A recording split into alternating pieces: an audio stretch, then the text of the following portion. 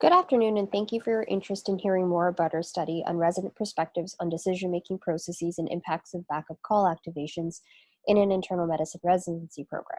Jeopardy or backup call systems exist in North America to address unanticipated gaps in coverage, usually for illness and emergency. However, there isn't a lot of literature looking at the reasons for and impacts of call activations on resident education and burnout. We know that burnout does exist in residency programs, however, how backup systems impact burnout is unknown. Figure 1 shows 3 dimensions of burnout that are most relevant to backup systems. Our study objectives were to look at resident perspectives for reasons behind call activations, relationships between backup systems and burnout, and the impact of the backup system on education and learning. We conducted semi-structured one-on-one interviews with PGY1 to PGY3 and CMRs within the core internal medicine program. We used a constructivist grounded theory approach and completed approximately 18 interviews at the point of theoretic saturation. I'd like to now discuss Figure 2 as it summarizes the findings of our study. On the left side of the diagram are the different factors or tensions that residents weighed when deciding whether to activate a colleague. When residents felt a strong sense of collegiality to their co-residents, they were less likely to activate. Similarly, when it came to image management, internal medicine residents felt a need to maintain their image or reputation within the program, which made them less likely to activate, while core residents felt that off-service residents may have less stock in the program, and therefore were more likely to activate or misuse the backup system.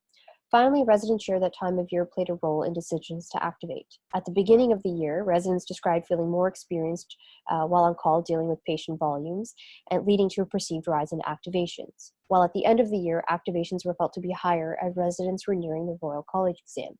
Burnout in the middle of the year in the winter months was perceived as a time of year when activations were also higher. These different factors fed into a cycle of burnout that residents described as being perpetuated by the backup system. Finally, residents expressed various impacts associated with the backup system, including the anxiety associated with taking care of unfamiliar patients, the anxiety associated with not knowing whether or not you were going to be activated when you were listed on backup call. Residents also shared that activations reduce time for personal and professional tasks such as studying, research, and life responsibilities, thereby decreasing their productivity. Finally, they shared how activations not only impacted themselves, but also everybody else left behind on the rotation. So an activation meant that there was more workload for everybody else, shifting the balance in favor of service over education. In conclusion, decisions surrounding activations involved a complex thought process where residents balanced various tensions and factors.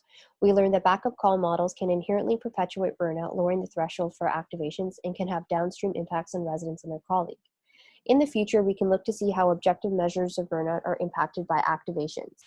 In our study, burnout was self-reported by residents and was described most often in terms of exhaustion. Future studies could look at the relationship of call activations to other syndromes of burnout, such as sense of inadequacy and depersonalization.